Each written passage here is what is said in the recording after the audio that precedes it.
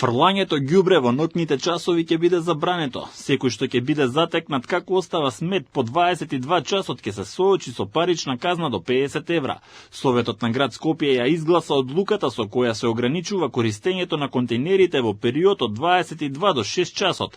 Мерката според градските служби ќе има за цел да му овозможи поефикасна работа на јавното предпријатие комунална хигиена.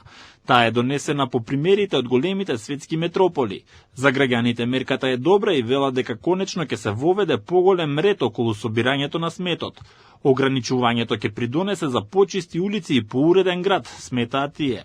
Това би требало да има. Требало да биде почисто. Само треба и казни да има големи. Ја у народот, во луѓето сум. Највише што не се дисциплинирани, а иначе почна добро да очисти. Не е то правилно, кога ќе може тога ќе и фрлаат ѓубрето, не може да фрлаат кога ќе сакаат тие. Ѓубрето треба од сабајле кога го собираат, например, ќе го соберат и ќе го однесат. А ноќно време, кога ќе го фрлиш ѓубрето, значи има кучиња, мачки, едно друго, и го растураат тоа ѓубре и затоа е надвор од континерите.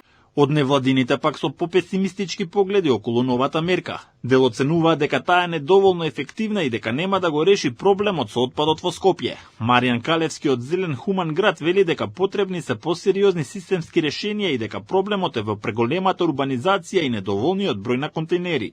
Тоа нема да ги реши проблемите со отпадот во Скопје.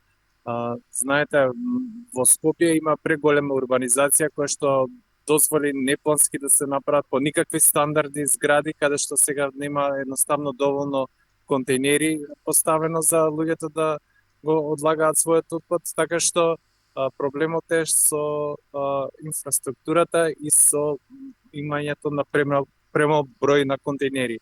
Невена Георгиевска од О2 организацијата вели дека мерката е добра, но останува скептична околу тоа колку истата ќе се почитува. Вели дека и во овој момент постојат закони за одлагање на отпад, но дека надлежните не ги казнуваат оние кои ги прекршуваат. За неа мерката ќе даде резултати само ако се обезбеди јасна контрола и доследно спроведување. Сметам дека мерката е донесена во насока да се направи некој ред во однос на одлагање на отпадот. Дали ќе донесе резултати зависи од тоа колку ќе се применува. Затоа зашто и до сега постојат закони кои забрануваат да се фрла отпад каде што не треба и кога не треба и како сакаме, меѓутоа на терен не се спроведуваат. Градот најавува дека воведувањето селективни корпи за различен тип на смет ќе биде следната фаза од реформите во управувањето со отпадот.